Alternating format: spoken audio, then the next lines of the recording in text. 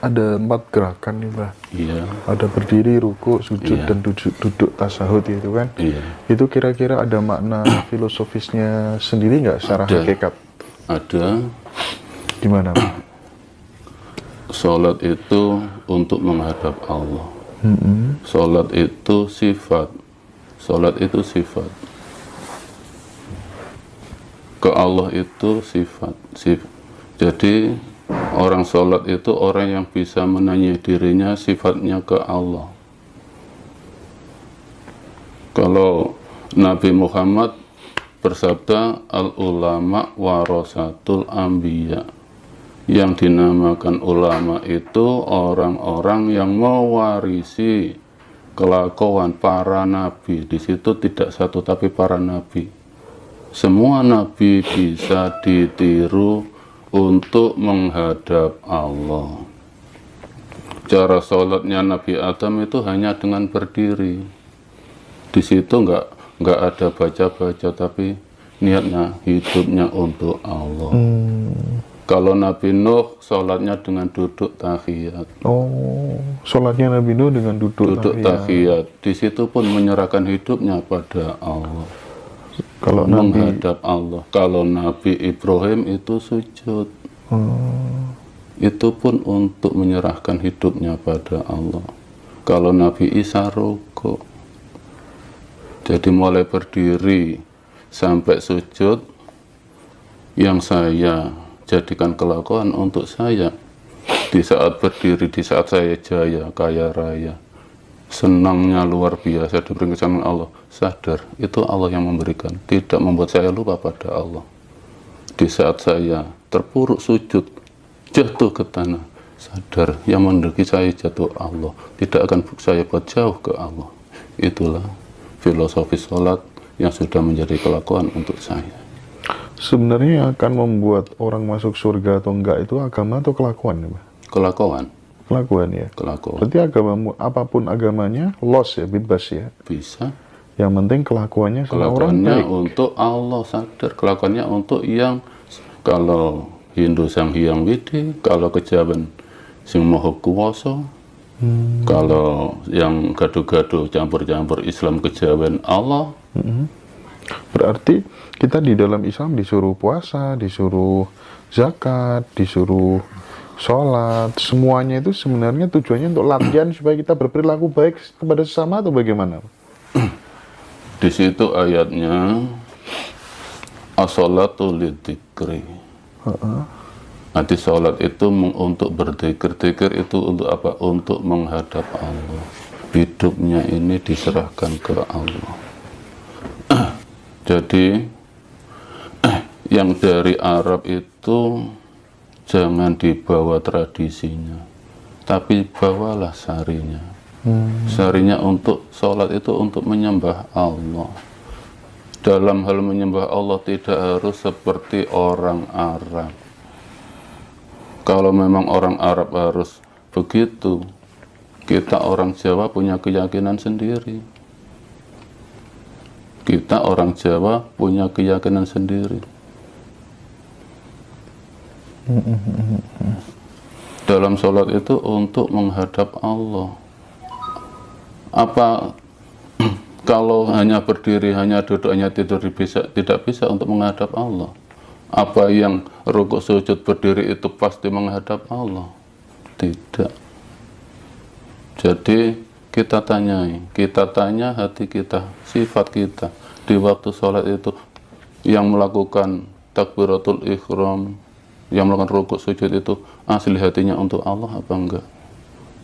Kalau saya pernah menghadapi konsultasi dengan seorang kiai besar, dia menanyai saya, wailul lil musallin alladzina an salatihim sahun. Tolong jawab, mengapa orang sholat kok dimasukkan neraka well? Saya lempar ke situ dulu. Tolong jawab dulu. Tolong Anda jawab dulu. Nah, menurut dia, orang yang sholat masuk neraka well itu sholatnya yang sak kobere, arang-arang. Kober sholat, gak kober gak sholat. Nah, saya jawab kalau versi saya, wailul lil musallin. Lil musallin, musallin itu pasti orang itu sholatnya nggak pernah godang. Tapi mengapa dimasukkan neraka? Karena dia itu alladzina an sholatim sahun, di dalam sholat itu lupa, tidak menghadap Allah. Wah gini, saya meyakini ya bahwa ketika seseorang itu levelnya sudah tinggi ya, entah itu level spiritual atau level beragama, maka dia tidak akan pernah membenci siapapun. Iya. Dia akan mencintai siapapun tanpa syarat. Iya, betul. Mencintai siapapun tanpa syarat. Betul. Apakah itu sebagai perwujudan bahwa sesungguhnya orang itu sudah bisa bermakrifat, atau memang sudah bisa memandang seluruh makhluk itu serupa dengan dirinya, merupakan wujud dari keilahian, atau bagaimana, Pak? Kalau versi saya, ya nggak ada urusan sama ma'rifat. Ini saya katakan lagi, Al-Quran itu bahasa sifat. Ayat pertama yang Allah turunkan pada Rasulullah, yang harus dilakukan Rasulullah adalah Iqra bismi rabbikal ladzi khalaq. Iqra, bacalah dengan membawa nama Tuhanmu yang sudah menciptakan. Jadi di sini Rasulullah menerapkan kelakuannya apa? Dia hanya bertablek, ditolak orang macam apapun, sadar Allah yang memberikan watak dia. Iman itu hak Allah, bukan saya, bukan saya, hanya bertablek. Jadi tetap kita sayangi mereka. Iya. Cacat apapun mereka, itulah pemberian dari Allah kok kelakuan mereka. Kita tidak bisa merubah kelakuan mereka, yang merubah Allah. Iman itu hak Allah, bukan kita yang merubah. Jadi mereka tetap kita sayangi. Kalau sekarang ini nggak iman, siapa tahu lain waktu iman. Kalau memang sekarang ini dia tidak iman, siapa tahu anaknya iman. Tetap kita hormati pendapat mereka, keyakinan mereka, kita hormati. Mereka tidak harus yakin seperti kita. Kita hanya mengajak ke Allah. Kalau ditolak, ya silahkan. Allah aja sifatnya berkehendak, bukan memerintah. Kalau Allah memerintah, sifatnya manusia. Contoh, kru emas, ya emas perintah untuk mendapatkan gaji. Kalau Allah sifatnya memerintah, kalau tidak patuh, mengapa mereka masih diberi makan? Berhubung berkehendak, tetap mereka diberi hidup, diberi rezeki, diberikan mobil, walaupun nggak iman. Tapi di situ i'malu ma'stutum ya selakonon sakarot tapi innal bima ta'maluna basir.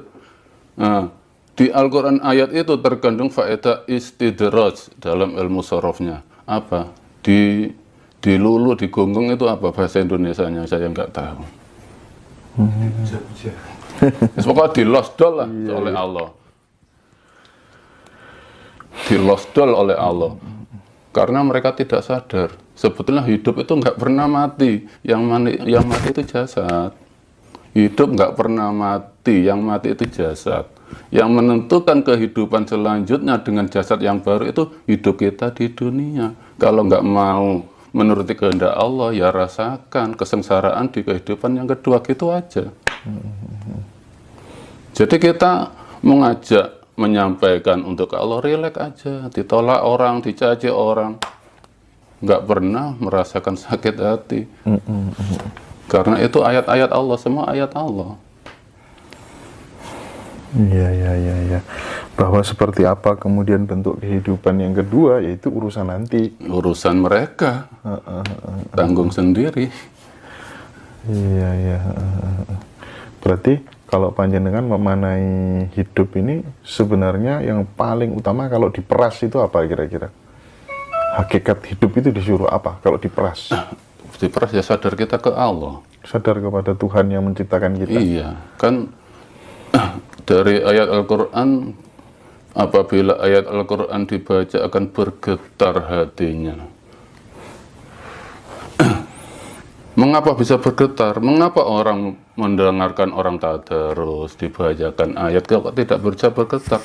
Karena mereka memandang bacaannya tidak sifatnya Al-Quran. Sifat Al-Quran itu apa? Bukan bacaan, tapi sadar. Inti Al-Quran sadar. Di waktu kita dihentak takdir yang luar biasa sakitnya, inilah bergetar. bergetar, sadar, ya Allah, jenengan ya Allah yang paling takdir ngeten lilo. Itulah bisa bergetar. Di saat kita jaya bergetar. Al-Quran itu sejalan dengan hidup kita tiap hari. Kalau dalam Al-Quran, ayatnya gini. Maaf ya kalau saya singgung luar sedikit aja. Umumnya kan orang itu kalau mengebabkan syukur, langsung dipenggal tengah ayat. La in sakartum la azidannakum wa la in kafartum inna adzabil lasadid. Jadi mereka memahami bersyukur itu kalau mendapat kenikmatan aja, biar ditambah nikmatnya, biar ditambah rezekinya. Sekali lagi, Al-Quran bukan untuk finansial, tapi untuk iman. Awal ayatnya tidak dibaca. Awal ayatnya apa? Wa itta'adzana rabbukum la in sakartum la azidannakum wa la in kafartum inna adzabil lasadid. Wa itta'adzana rabbukum. Wa'id itu dikala saat ini, itu saat ini, dan ketika saat hidup kita ini, itu saat ini, tidak nanti. Saat ini atas izin Allah hidup kita ini. Ta'adzana dengan Rabbukum. izin Rabbukum itu Tuhan yang merawat kita. Robba kan yang merawat kita. Ya inilah Allah memberikan kehidupan, memberikan fasilitas pada kita saat ini, ya saat ini. Enak-enak itu asli dari Allah. La in sakartum, kalau kita syukuri di saat kita misalnya enak enggak enak ini, akan ditambah aja dong, ditambah nikmat imannya. Karena ya Allah, di saat misalnya saya menanam padi, besok panen, malamnya dihabiskan tikus. Apa tikus yang menghabiskan? Allah yang menghabiskan, tikus hanya perantara. Di saat itulah itta'adzana. Ya Allah, dengan izin jenengan tikus ngentelasaken menghabiskan padi saya. Syukuri kembali, sadar. Kalau kita menempati sadar, akan ditambah iman kita. Apabila kita kufur, inna adzabil adab, Allah akan sakit. Gimana nggak sakit? Besok panen sekarang kaget, nggak sadar kalau yang menghabiskan itu Allah, tapi tikus sakit jantung, mati. Kadangkala stroke. Inna adab Allah lebih pedih. Kadangkala ditakdir jualan sepi, nggak sadar itu Allah yang memberikan sepi. Mencari kambing hitam, akhirnya apa? Mencari amalan, mencari syarat, keluar imannya. Adab yang datang apa? Imannya hilang. Jauh dari Allah karena tidak terima dengan takdir. Kira-kira ibadahnya Nabi Ibrahim dulu seperti apa kira-kira? Ya menyembah Allah. Ya, dalam Al-Quran kan, kira-kira? dalam Al-Quran Nabi Ibrahim contoh pencarian. Dikala melihat matahari, dia mengira dia Tuhannya. Begitu matahari terbenam, saya tidak menyembah sesuatu yang terbenam. Di saat melihat gunung, ya gitu. Akhirnya turun apa? Ini wajah tu wajah lillati fataras samawati. Saya hanya menghadap pada Allah, baru bisa menghadap Allah dengan bimbingan Allah. Sholatnya Nabi Ibrahim kira-kira seperti apa waktu itu? Kalau sholatnya Nabi Ibrahim itu dengan bersujud, hanya bersujud. Bersujud ya? Iya. Bersujud. Tapi kan kadang tidak masuk akal ya jika kemudian Rasulullah menyepi, padahal itu adalah fase di mana kemudian ada anugerah yang sangat luar biasa yang diturunkan kepada seluruh umatnya, dan itu kemudian dianggap sebagai sesuatu hal yang tidak bisa ditiru gitu kan, tidak masuk di akal kadang Pak. Ya bisa ditiru, tapi alangkah baiknya yang ditiru itu setelah Rasulullah sempurna menjadi Rasul. Rasulullah sempurna menjadi Rasul itu setelah mendapatkan wahyu. Sebelum menjadi wahyu, belum menjadi utusan. Masih orang biasa. Masih orang biasa ya. Namanya belum utusan. Iya. Oke. Disahkan oleh Tuhan menjadi Rasul itu kan, kalau tidak karena budi pekerti dan perilaku-perilaku yang layak ditiru kan ya nggak mungkin orang bisa dipilih jadi kekasihnya Allah. Rasulullah itu hanya jalan keluarnya Al-Quran. contoh manusia yang melakukan Al-Quran. Makanya di usia 8 tahun dia dibersihkan oleh Allah melalui malaikat Jibril untuk menerima kemurnian Al-Quran. Di usia 40 itulah Rasulullah mulai menghadap Allah dengan kemurnian.